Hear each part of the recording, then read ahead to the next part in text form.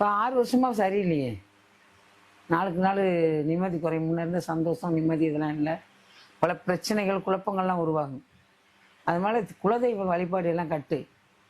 மாண்ட மகமாயி வீட்டில் ஒரு பெண் தெய்வம், பேசும் தெய்வம், ரொம்ப உக்குரமாக இருந்த தெய்வம் இன்னைக்கு விலகி நின்று வேடிக்கை பார்க்குது. வெள்ளை குதிரையில் காக்கும் தெய்வம் குதிரைக்காரன், அதுவும் கட்டு. 6 வருஷமாகவே நிம்மதி இழந்து தான் இருக்கணும். கொஞ்சம் கொஞ்சமாக குறையும். முன்னாடி இருந்த செல்வாக்கு சுறுசுறுப்பு சந்தோஷம் எதுவுமே இப்போ கிடையாது.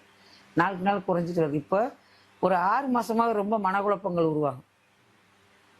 எப்படி சொல்கிறேன்னா, ஏதோ இழந்த மாதிரியவே தோணும். எதையுமே ஜெயிக்க முடியாது. கொடுத்த வாக்கை காப்பாற்ற முடியாது, சொன்ன சொல்ல செய்ய முடியாது. அப்படி ஒரு காலகட்டங்கள்லாம் நடந்துட்டு இருக்கு. இதுக்கு எதனால் என்ன காரணம்னா, இது வந்து மனசனால செய்யப்பட்ட ஒரு வினை. இவன் வாழ்றத ஏம்மா சோகமாக பார்க்குறியே? நீ மனசனால சேர்க்கப்பட்ட இவன் வாழ்றது நம்ம பார்க்குறதா? இவன் நல்லா இருக்கக்கூடாது அப்படிங்கிற ஒரு காலகட்டம். ஏ இனிஷியலில் உள்ளவன் தான் இதை செஞ்சது 6 வருஷத்துக்கு முன்னாடி. ஏ இனிஷியல், ஏ இனிஷியலு பொம்பளைக்கு எஸ்ஸு.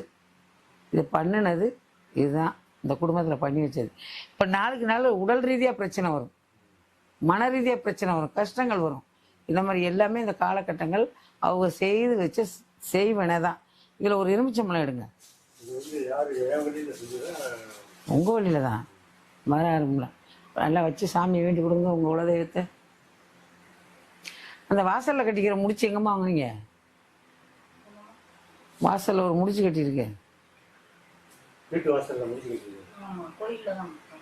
அதை அவுத்துருங்க. அந்த எந்திரம்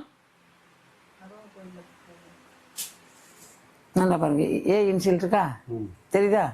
இந்த விரலுக்கிட்ட பச்சை. எங்க வழியில் உள்ளதா? ஆமா, நீங்க பிறந்த வழியில தான்.